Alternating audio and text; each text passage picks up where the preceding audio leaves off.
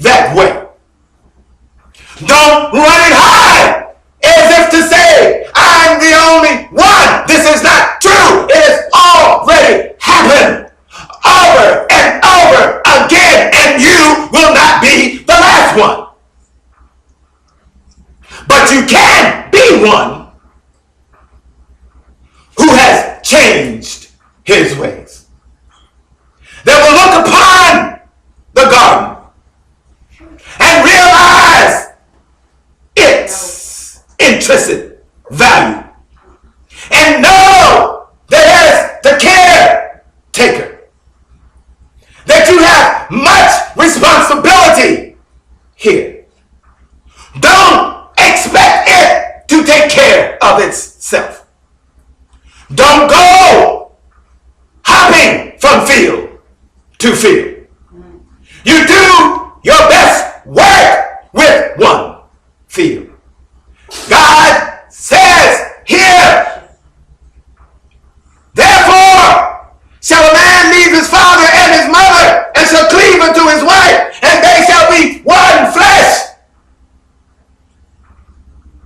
Innately, she understands that this coming together should result in the culmination of two becoming one. Experience the celebration of the two becoming one. Endure the cementing of the two becoming one. But you come with deception. And then you point the finger at her and tell her that she has no feelings and no emotions because she won't do any more what you want her to do or with the capacity that you want her to do it with. Your deception has become a trap for you, not even allowing you to have the fullness of what should be there when one and one become one. The snake in the garden needs to be weeded out, and he can be transformed today, but he has to choose. He has to want it for himself, that he may be like the man who has a garden and does everything for it right. And while his garden renders him much fruit because of his attentiveness, another one lays barren and in much confusion because in the summertime it has one caretaker. In the fall it has another caretaker. In the winter still yet another. And in the spring yet another. And nobody knows what's going on. The planting of seeds, the sowing, the watering, the weeding. There is no understanding about any kind of order here. And the earth, the garden, doesn't know what to do. It too is in confusion. It knows how to open up itself to receive, but it's not responsible for the caregiving of itself. You are. You wonder too why she doesn't trust you. You wonder. You say, I don't understand this woman. She doesn't trust me. She doesn't even know all of my life story. But she doesn't trust me.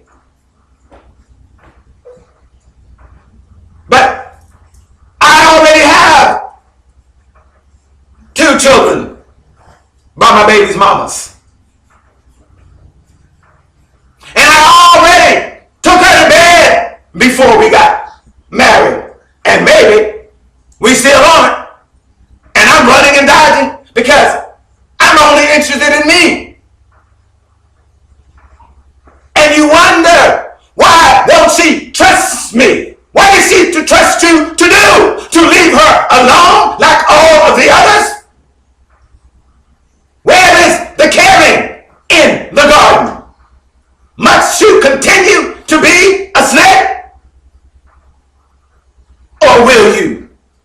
make a decision to change today. And lastly, you want her to do all the right things at all the right times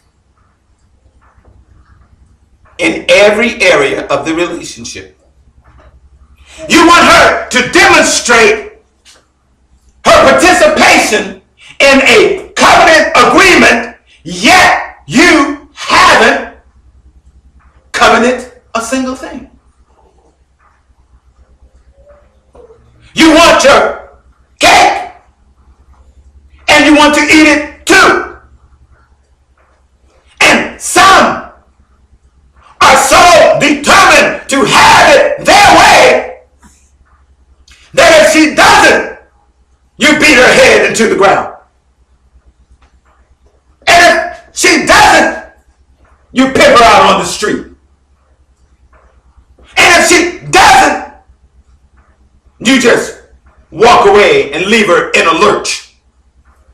If she doesn't, you become the one who scandalizes her name. But you want a covenant agreement from her. Even after doing all of these things, you still come back to her and say, you should do what I want you to do, and this stuff wouldn't happen. Where have you learned that doing wrong will get you right? Where have you learned that to take care of something you treated bad? No. Where have you learned that being destructive is how you cause something to rise up and grow?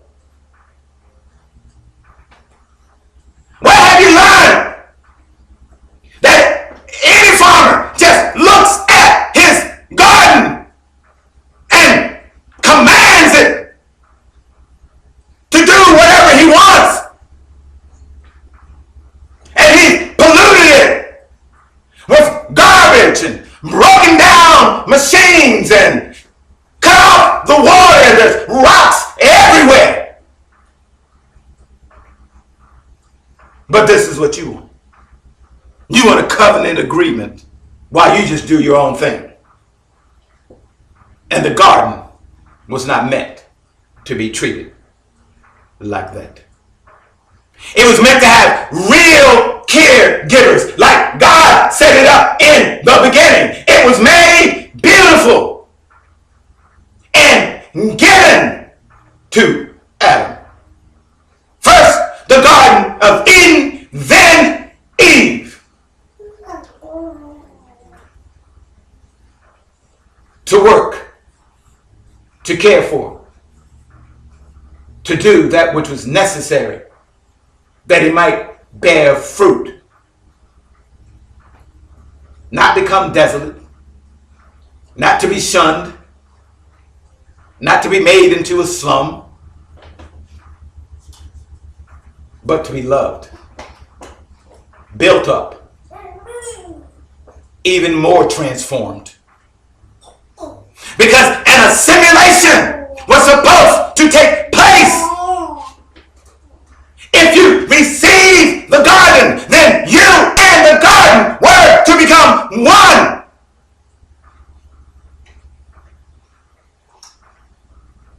This is why he says here in Corinthians 6 chapter 18 to 21st, flee fornication. Flee it. This sexual focus is not what the caring is all about.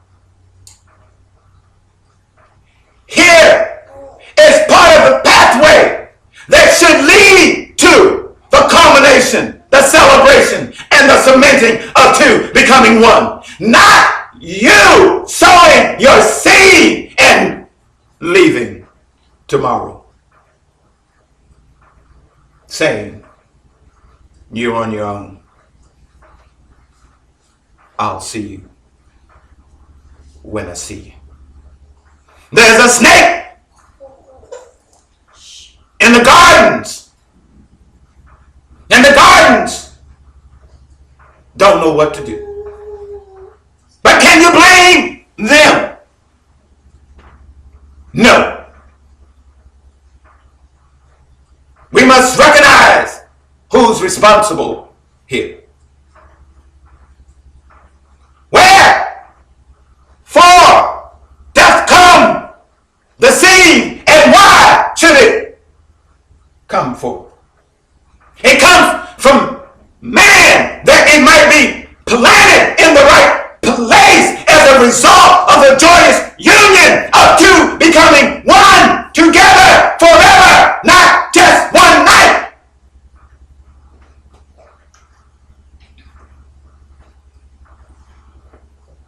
Wearing the badge of the caregiver of the garden should not be taken lightly. The fullness of your responsibility should not be cast upon the garden.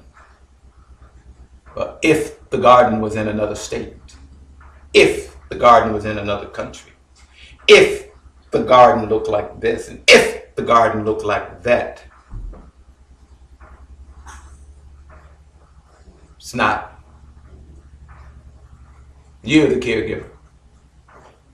You're the one that has to make the decision of becoming one with the garden and helping it to become the best that it can be. Not being a part of those who are causing these gardens to become places where men and women walk by slanderously, as if to say, didn't anybody know what was right to do here? Here's a mama, she's 25 years old, and she has 4 kids and 4 daddies, and not either of them is a husband. What's going on here?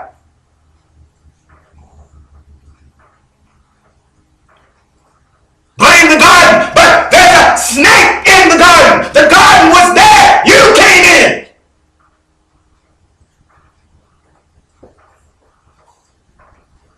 You could have come in a man, and you still can. Let's get the snakes out of the garden.